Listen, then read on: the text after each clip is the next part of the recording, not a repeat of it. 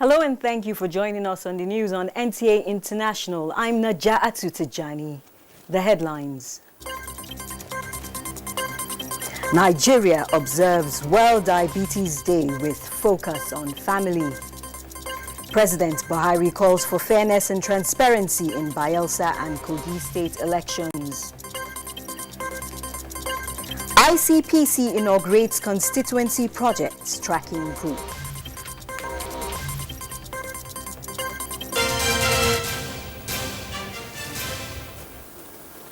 And now the news in detail. November 14 every year is observed as World Diabetes Day, and the theme for this year's celebration is Family and Diabetes. Created in 1999 by the International Diabetes Federation and the World Health Organization to create global awareness on diabetes mellitus, each World Diabetes Day focuses on a theme related to diabetes. Type 2 diabetes is largely preventable and treatable. That is non-communicable disease that is rapidly increasing in numbers worldwide. Type 1 diabetes is not preventable but can be managed with insulin injections. And joining us in the studio to talk more on diabetes is the president of the Nigerian Medical Association, Dr. Francis Faduyile. You're welcome to our studio, sir. Thank you. I'd like to first of all find out the first step towards addressing diabetes mellitus is creating awareness about preventive measures. Do you think healthcare workers are reaching out to Nigerians in this regard? Well, thank you very much. I think it's important for us to know that in the prevention of diabetes mellitus, especially type 2 diabetes mellitus, is not only within the effort of the healthcare workers. We need everybody to be involved in. And that is why the theme of this year's World Diabetic Day is on diabetes and the family. And what it means is that the process of eating in the family, which due to maybe economic downturn or westernization, has made diabetes to be more common nowadays, because we are no longer taking food that are natural. We have changed our diet, that we are taking high calorie foods. We are no more taking food that are naturally oriented. We are taking food that are highly processed. We are taking fast foods, and all those things are things that had made diabetes mellitus to be more rampant nowadays. Again, within the family, we have seen that we have changed our attitude from being active to sedentary life. And sedentary life will not allow us to break down all the food that we have eaten. And at the end of the day, we tend to be more obese, and obesity has a lot to do with diabetes mellitus. So it is not only the health workers that should be involved in the advocacy and the education to inform people about diabetes mellitus generally. So, Doctor, what you're saying is that it's everybody's business and we should lean more towards healthy food. But what about the cost of managing diabetes? Is there any way forward? Well, I think the most important cost of managing diabetes is, number one, is education, so that it is in prevention that you have the minimal costs. And how do you prevent it? Guide yourself against taking fast foods, guide against eating refined products, eat more of natural food, increase your activity, don't be sedentary, and make sure you take care of yourself. And for those who already have symptoms of diabetes, unfortunately, we have so many people in the world who do not know that they have diabetes, and the symptoms are such very classical. We call them the 4 Ps. You have polydipsia, polyuria, polyphagia, and what it means is that such person will be eating large amount of food. He will be feeling so tired, so thirsty most of the time, and when he passes urine, he passes a very large quantity of urine, and with that eating, with that amount of food he or she takes, he also loses weight. So what we need to do is education. And once we know that, the treatment of diabetes can be in multiple fold. The first one is change in dietary habit, is reducing the quantity of food you eat. Secondly, it can be for you to improve yourself in terms of physical activity. Thirdly, we have drugs. We have so many drugs for different type of diabetes. And lastly, we have those who will have to be on insulin. And importantly, most diabetes mellitus can be treated by the food reduction in food that is taken by the patient majorly. Thank you, Doctor. Now, which type is prevalent among children in Nigeria, and what should be the role of parents with emphasis on non-genetic diabetes? Well, the one that is prevalent when you see in children is most likely the insulin-dependent diabetes mellitus, which is the type 1, because that one is genetic in origin. And again, we are now having many of our children being totally sedentary. They sit in front of television from morning through night playing games. You don't see children going into outdoors sports. They don't run, they don't jump. And because of our way of living nowadays, that we have now compacted ourselves into our different flats, you rarely see children.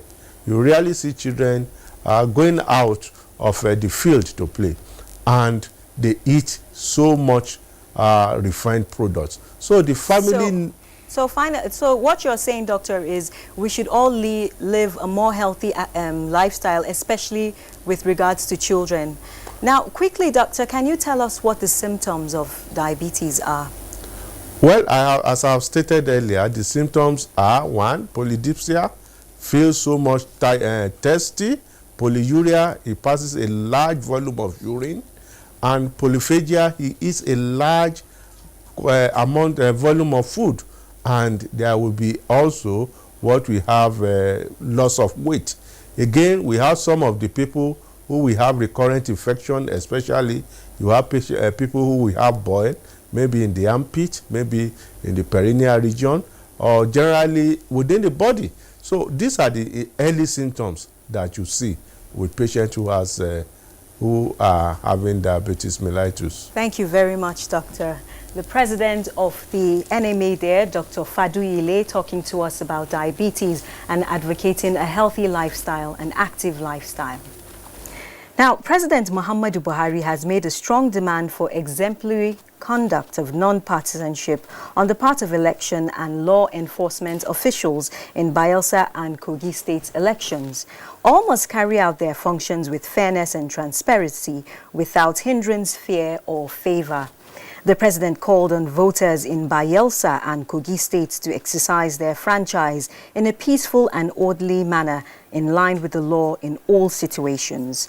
Law enforcement officials must ensure that citizens are allowed to vote without harassment and intimidation, and any attempt to steal or hijack ballots must be stopped using all legal means. In a statement signed by the Senior Special Assistant to the President on Media and Publicity, Garba Shehu, the president said, quote, "In all democratic elections, there are bound to be winners and losers, and the elections in Bayelsa and Kogi will not be different.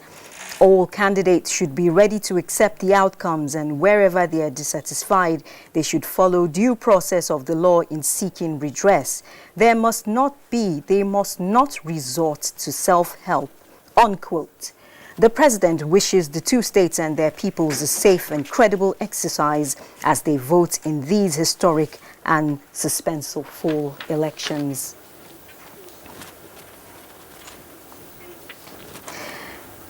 Meanwhile, Nigeria's First Lady Aisha Muhammadu Buhari has urged the voting population in Kogi State to rally round the election bid of Governor Yahya Bello for continuity of purposeful leadership in the state.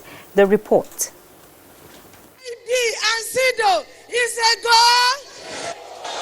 In about 48 hours' time, voters in Kogi will decide who leads the state for the next 4 years. Nigeria's First Lady is urging them to maintain the status quo to be in the next level agenda of the federal government. She expressed optimism that the return of Governor Yahaya Bello will consolidate on the numerous achievements recorded in critical sectors of the state. We are here to support his re-election for continuity, and I'm very happy to hear that Kogi State has the least dropout students in Nigeria, according to the survey of the UNICEF. Vote Yaya for continuity and for also uplifting, encouraging, giving women of Kogi State sense of belonging and to boost our self-esteem. APC National Chairman Comrade Adams Oshomole equally wants the social contract entered 4 years ago should be renewed for positive transformation. I believe Yahaya Bello has worked. He has shown presence in Kogi East. He has shown presence across Kogi land. He has shown presence in Oku land.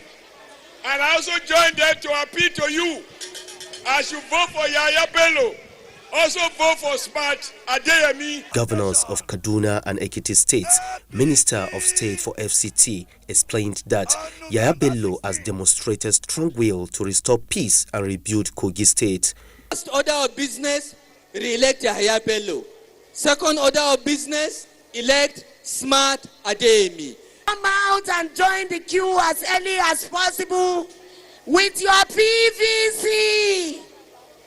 Go to your polling units, identify very well the logo of APC once again. 4+4 can only be real with your support, with your concern, with your commitment, with your sincerity of purpose to this project. Governor Yahaya Bello restated commitment to move the state forward, pledging to serve better when re-elected. We have been able to reunite Kogi State. No more ethnic agenda. What we have is Kogi agenda. Anybody that is peddling any ethnic agenda are those that brought us to where we are today, and we are trying to strive and save Kogi out of it. The APC Grand Finale campaign rally is coming one day to the close of campaigns for the Kogi governorship election. And now to environmental matters. President Muhammadu Buhari in a magazine says planting trees is part of the solution to conflicts in Nigeria and across the Sahel. He said ecological restoration reduces the threat of land disputes, adding that desertification driven by climate change is exacerbating conflict in Nigeria. President Muhammadu Buhari writes in an opinion article in Scientific American in which more than 150 Nobel laureates have been published that the Nigerian government is taking action against the ecological breakdown that drives conflict. He explains that planting trees is part of the solution and the reason Nigeria is planting another 25 million on top of in addition to the 1 million hectares already reforested. The article comes ahead of the project launch later this month by the National Youth Climate Innovation Hub, the organization mobilizing youth in the tree planting exercise. In tackling these challenges, the government believes it is essential to involve young people in the decision-making processes on climate action because ultimately it is their future that shall be affected. And still on the environment, women are to be fully engaged in the campaign against climate change. The Minister of State for Environment, Sharon Kezo, stated this when she hosted women in politics at the Federal Ministry of Environment, Abuja. Mia Ogidi was there for NTA News. Thank you very much. One cannot clap with one hand, but with two. Women in Politics. That is the name of this group. Literally the second hand, the Minister of State for Environment, Sharon Kezo, needs to clap loudly in clamping down on environment-related crises. Politics is life, life is politics. And the same way environment is life, life is environment. Environmental issues know no political party. So, the coalition of these women in politics is to assist the Ministry of Environment in winning the war against climate change. And in the planting of trees, of course, the women are going to be fully involved.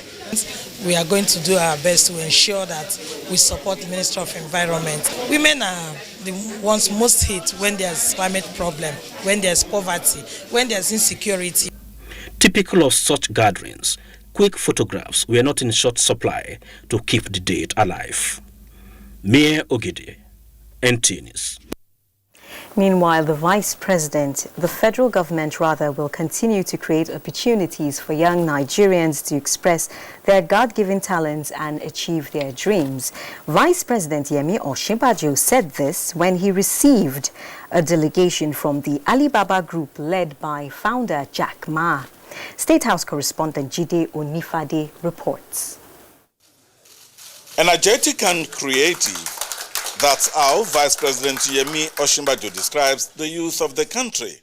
The Vice President says he's elated for the visit by the Alibaba Group, which is an invitation extended to Jack Ma during one of the Vice President's participation at the World Economic Forum. The point, and I think your coming is at a very strategic moment in our trajectory, in our own progress, in the progress of our country. And I think it's a very important moment because when you look at what we're seeing a lot of entrepreneurship, we're seeing a lot of young people who are very actively engaged in the digital economy at various levels. The delegation is made up of successful entrepreneurs whose expertise the Vice President is hoping would be of great benefit to Nigerians. The government of Nigeria is certainly happy that you're here, and we really will hope that we'll be able to work with you on so many things, and we know that your experience and what you've achieved will be extremely useful for us also. And we also want to help for ease in Jack Ma Africa. says the delegation is on a mission to support Africa's development through ICT. What we have experienced in China could help a lot of entrepreneurs in Africa. Supporting entrepreneurships in Africa, supporting education in Africa, support infrastructure in Africa, and support the education system in Africa. This is what we want, and this is what we come here for. The group says it's beginning a competition on ICT across Africa, and 4 Nigerians are already among the top 10 contenders. In the State House, Jide Onifade, NT News. You're watching news on NTA International. It's time for a break. More news after the timeout. NTAI has gone mobile. Catch your favorite programs anywhere in the world by going to Play Store on Android and App Store on iOS. Search for Vision TV UK. Download and install. Then you're good to go.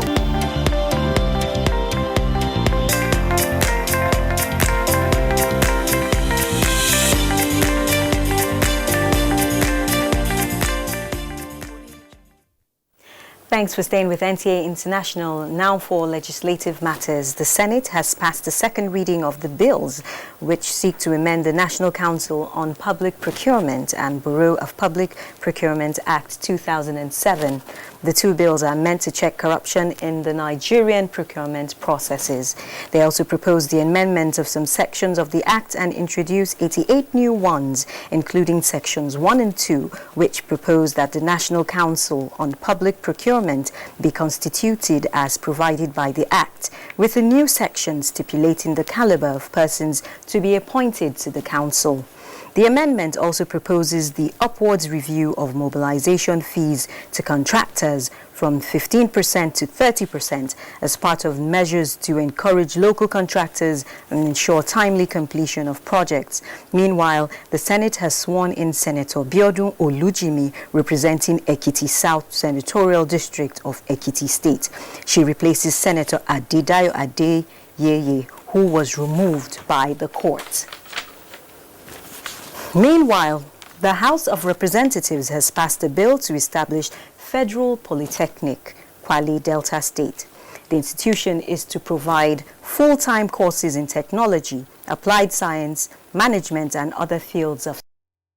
Also at Thursday's plenary, House members passed a resolution urging the Federal Ministry of Health to rehabilitate primary health care centers across the country as moved by Taufik Ajilesoro. Another health-related motion from Umar Abdelkadir calling on the Ministry of Health to develop an efficient system for management of sickle cell disease in Nigeria was also adopted.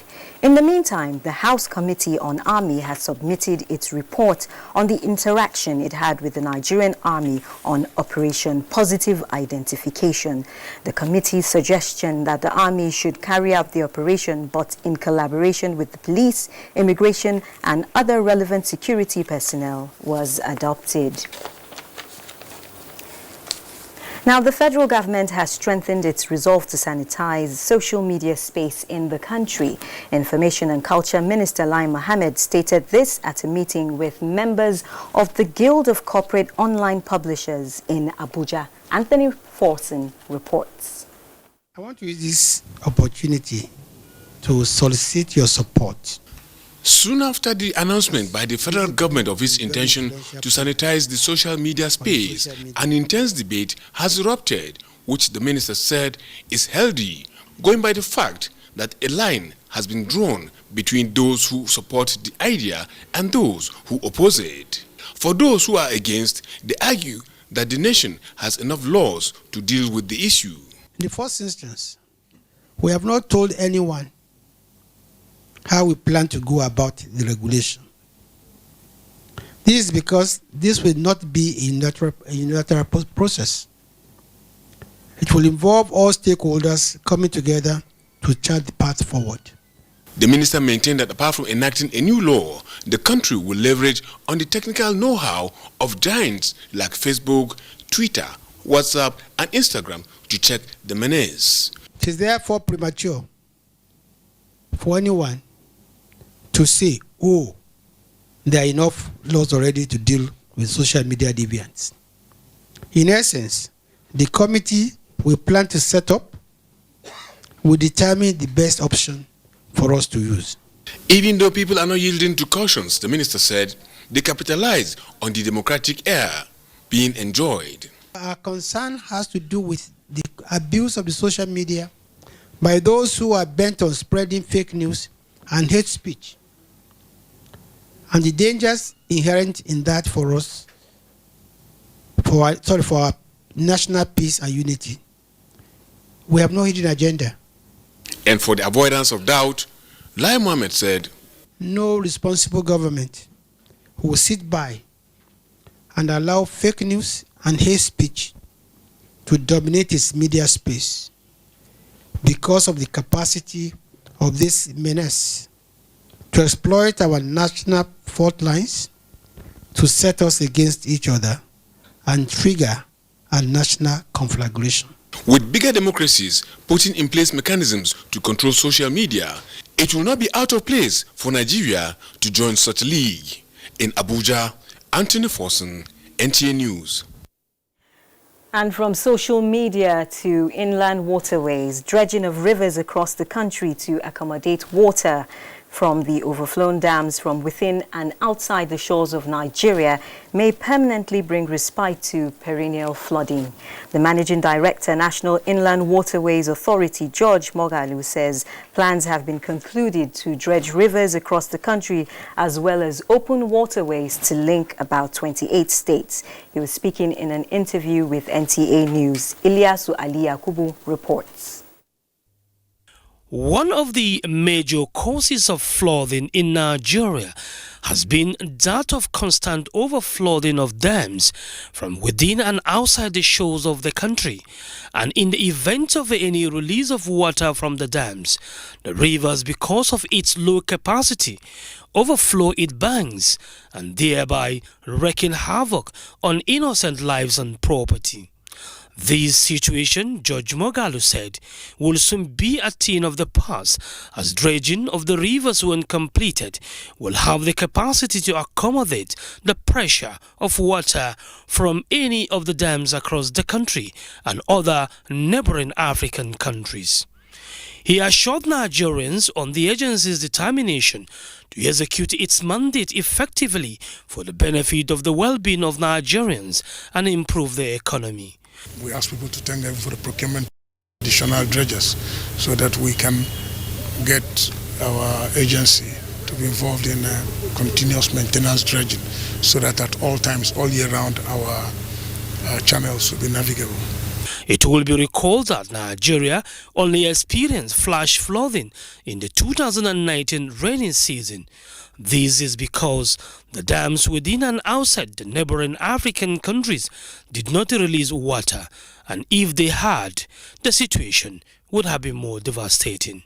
In Abuja, Ilyasu Aliyakubu, NTA News. And now we'll take the weather report.